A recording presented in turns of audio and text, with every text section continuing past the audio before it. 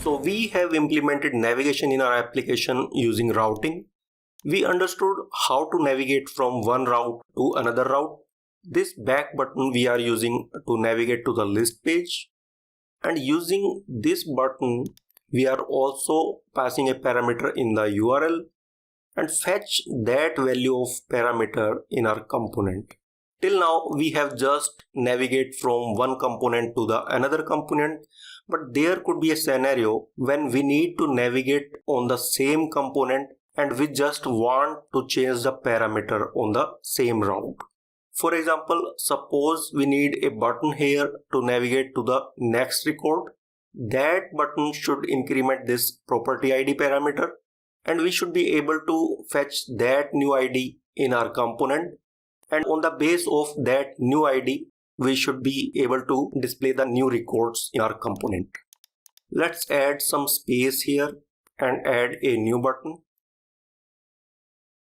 Add class btn primary to give it a decent look. Give it a caption, select next page. Perfect, it's added. Now add a logic to increment this parameter on clicking this button. Let's use event binding for the click event and call a function named onSelectNext. Add this function here in .ts file.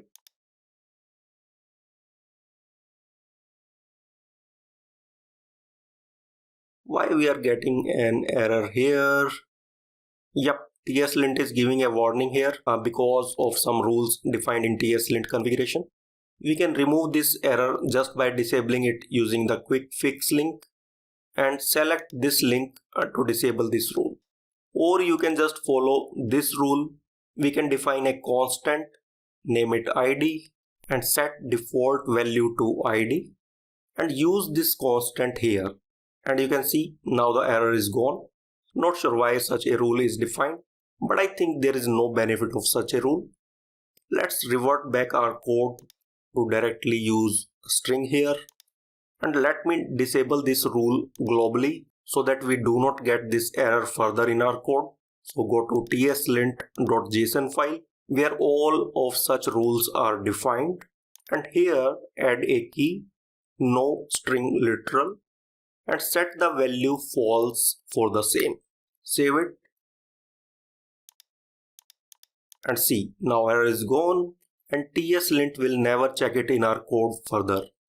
Now let's get back to the work, and here in this method increase the property ID by 1, and as we need to navigate to the same route but with different parameter, we can use the navigate method of router. So let's inject a router here in our constructor so that we can use it here in our method. This .router.navigate, we already have used it in our previous video to navigate to the different route, and we have passed the route name here in this array in our last video.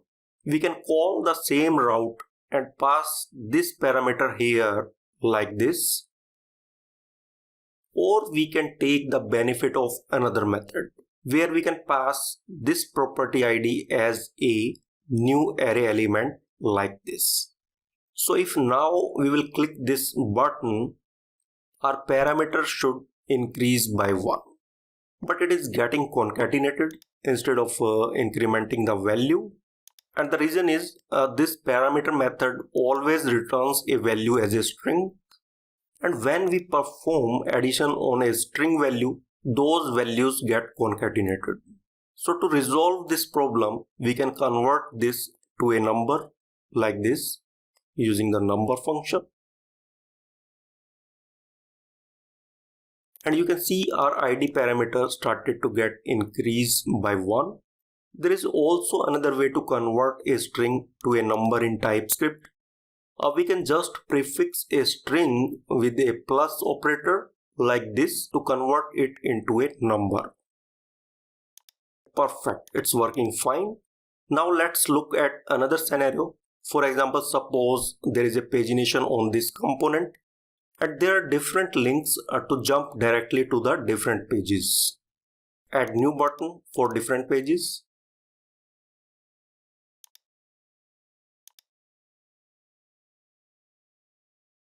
And this time let's use the router link directive to change the URL.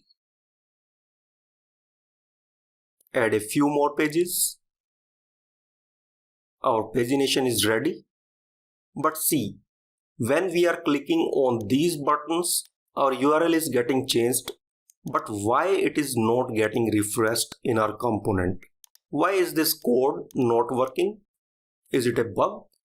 No, this is not a bug. It is a default behavior of Angular that a router link does not instantiate the component if it is on the same route. And Angular has incorporated this behavior because of performance reason. Because why to re-render a component if we are already on the same component? It doesn't make sense. So is there any way then to refresh the parameter in our component if our root parameter changed? Of course there is a way. We need to take different approach for it. It is fine to use this snapshot to get the parameter for our first initialization.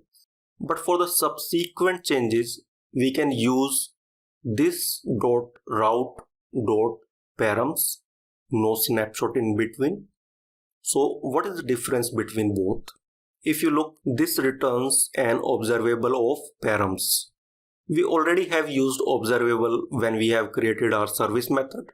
Observables are good to use when we do not want a function to be executed immediately. Instead, we want it to be executed when some data is changed in its publisher. So using the subscribe method on this observable, we are telling Angular to call a function whenever the parameters are changed in a route. And here using the ES6 arrow function, we can define that function. And here we can get the updated parameters as an argument in this function. And in this function, we can set the property ID with the updated params value.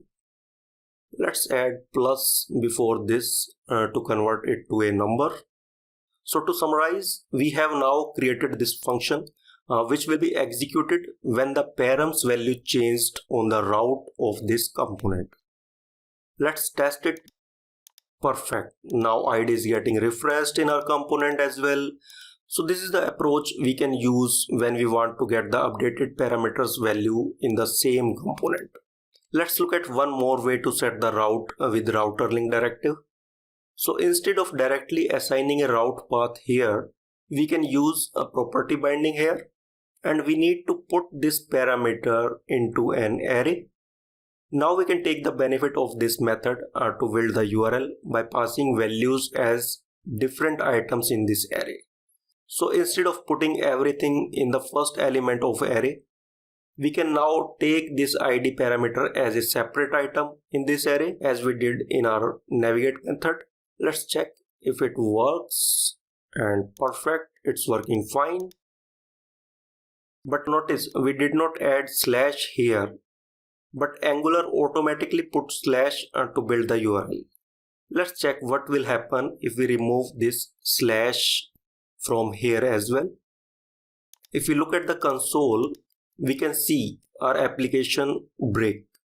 And the reason is, if we remove slash from the router link, see how this URL is formed. So this is property-detail/4, and then again it is added property-detail/4. That URL is considered as relative path. And as this route does not exist in our application, it throws an error. Let's add it back to make it an absolute path, and our application started to work again. So you have noticed that without putting slash in router link, that URL is considered as relative path. But this navigate method always works as an absolute path, whether we add slash or not. But there may be some scenarios when we want it to behave as a relative path. So how to do that? Well, navigate method provides a second argument where we can pass the JavaScript object, and here we can set the parameter relative to tell Angular to consider it as relative path in reference to any URL. Here, as we want it to make it relative in reference to the current route, we can pass this dot route here. Let's check it. That URL is considered as relative path. Let's remove this as we do not need it here. But this is good to know how these different methods work in different scenarios for your knowledge. Next, we will look at another scenario where our user may pass some wrong URL path here which does not exist. At present, our application will break and throw an error. But logically, we should display some error page to our user, providing some info that this URL does not exist in our application. And we can do that by putting a double star here in path. And we can provide the component that is to be loaded to display our error message. It can be some component like page not found, but I am a little bit lazy. I will not create this component. And let's just redirect our user to the property list component. In this case, try to put some wrong URL. And see, our page is redirected to the list page and no error occurred in console. So we have covered most things about routing. There are still few remainings and we will cover those while progressing through the application, because you will be able to better understand those when practical scenario will come to implement the same. Next, we will categorize these properties into two different segments. One, those are available for buying, and another, those are available for rent. Let's add a new flag in our data file and name it sell rent. One will represent the property to sell and two will represent the property to rent. Marking this one for rent. Also, it's been a long time we are watching this single image only. I have downloaded a few more images to be displayed here for property image. Let's add a new field for image and that will hold the image file name of property. I have named it prop1, prop2 and so on. Add it for all the properties. I would like to keep this field optional, and if there is no property image for any property, we will display this default property image in place. Now we need to render this property image in our property card component. Let's add these new field in our interface as well. Sell rent and type should be number. And as this image field is an optional field, we can define optional field in an interface by putting the question mark after the field name. Let's define it as a string.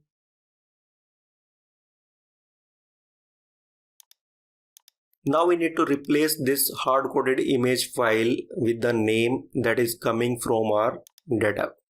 We can use string interpolation here and fetch the image name from the property.image field of our data file. Let's check if it works. Perfect. We have started to get different property images now, but this property has no image. But we need to display the default image here. So we can put ngIf directive here to conditionally display this image element. And as it is a structural directive, it should be prefixed with star. And we can provide the condition here. So as we need to display this element when image is available, let's use property.image here as a condition. Means whenever a value will come in this field, it will be considered as true. Otherwise, it will be considered as false. We can just copy this line and put an exclamation mark here. It is a not operator in JavaScript. Here we will use the name of our default property and the name of that image is house_default. So our page is looking good now. Let's shorten this property name as well. Next, we need to load different types of property on selection of this link.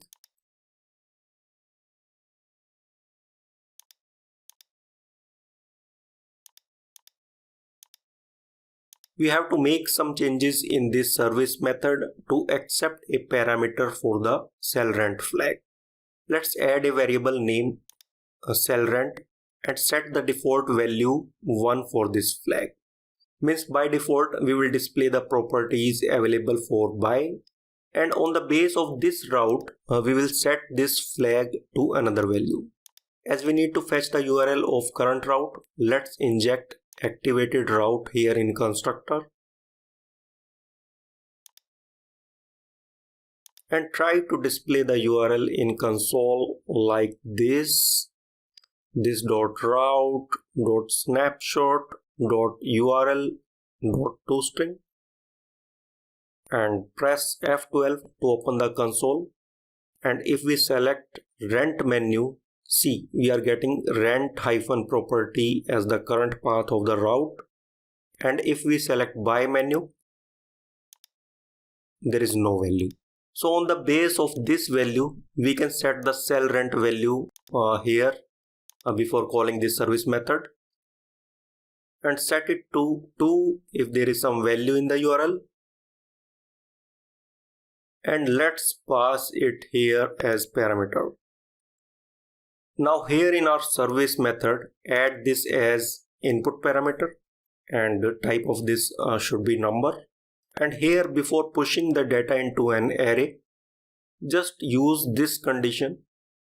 As 1 is for cell and 2 is for rent, we can check the value of this flag in this for loop to push only the property if it match with the parameter we are passing in this function. Let's check if it works. Perfect. One property is not showing here in default URL, and it is appearing here in rent menu. Let's mark another property also as rent.